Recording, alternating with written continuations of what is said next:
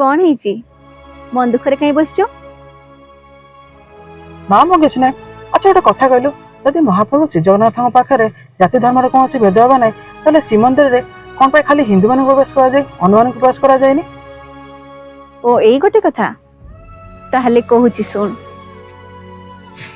सुन सांग जगा पाखरे जदि जाति धर्मर सामान्यतम भेदभाव था ताहेले से नीच जाति बोलाउथिबा दासिया बाउरी पाखरु केबे हेले नडिया ग्रहण करि नथांते किंबा मुस्लिम भक्त सालबेगर आकुल डाक शुणी प्रभु बड़दाण्डरे निज रथ को अटकाई रखि नथांते।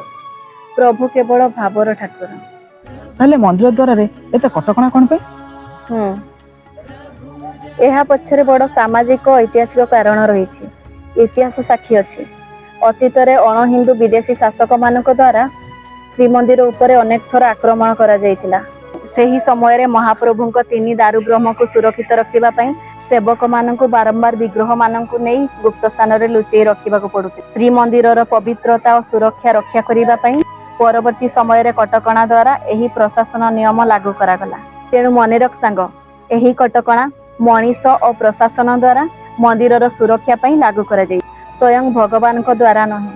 सेहिति पई तो मंदिर भीतर को जाई पारु नथिबा सबु जाति धर्मर भक्तों को निजे दर्शन देबा पई वर्षको थरे कालिया सान्ते भाई भौणी को सांगरे नहीं बड़दाण्ड को ओल्हेई आसंती। हाँ सांग एबे मु बुझिगली भाव बने दिया मो जगन्नाथ। जय जगन्नाथ।